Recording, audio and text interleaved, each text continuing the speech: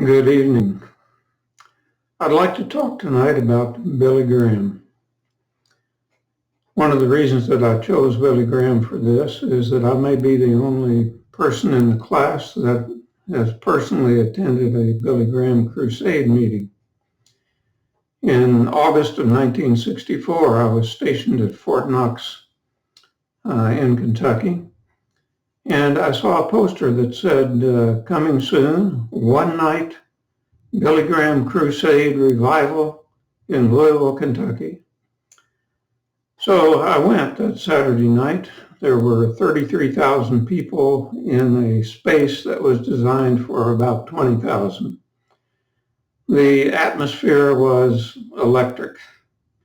A huge choir, some 3,000 persons, began the program with songs led by Cliff Barrows, George Beverly Shea, and shortly thereafter, the sermon by Billy Graham.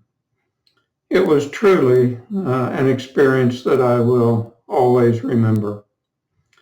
Billy Graham was initially a fundamentalist.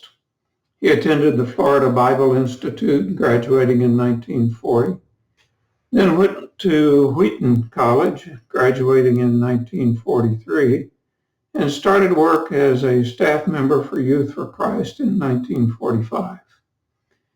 He carried out a number of tent meetings and small revivals as part of his Youth for Christ movement. And after he started crusading on his own in 1949, he had a crusade in Los Angeles that drew thousands of people over a series of weeks. This was a crusade that got the attention of William Randolph Hearst, the owner of one of the largest newspaper chains in the country. Hearst liked what he heard from Billy Graham and ordered his newspapers to, quote, puff Graham, unquote. This began then a national phenomena. He became a celebrity overnight, began planning and carrying out very large crusades. Billy Graham became more of a modernist, if you will, kind of to the right of center as he began his evangelistic crusades. He was an entrepreneur.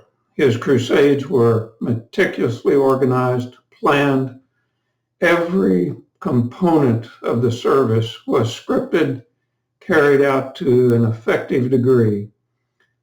He relied on a paid staff to do much of the groundwork, but as many as 7,000 volunteers worked in preparing for his campaigns.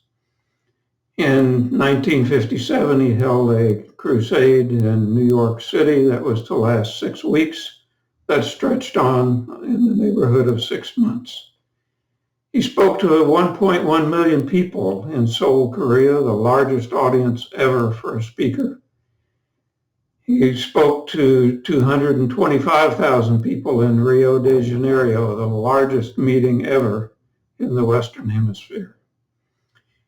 In the latter days of his career, as he became friends with presidents and used his political ends to further his crusades, from Truman to George W. Bush,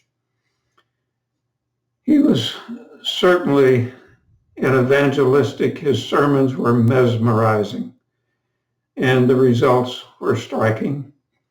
He carried on until 2005 when he started or stopped his multi-city campaigns and died in 2018 at the age of 99 years.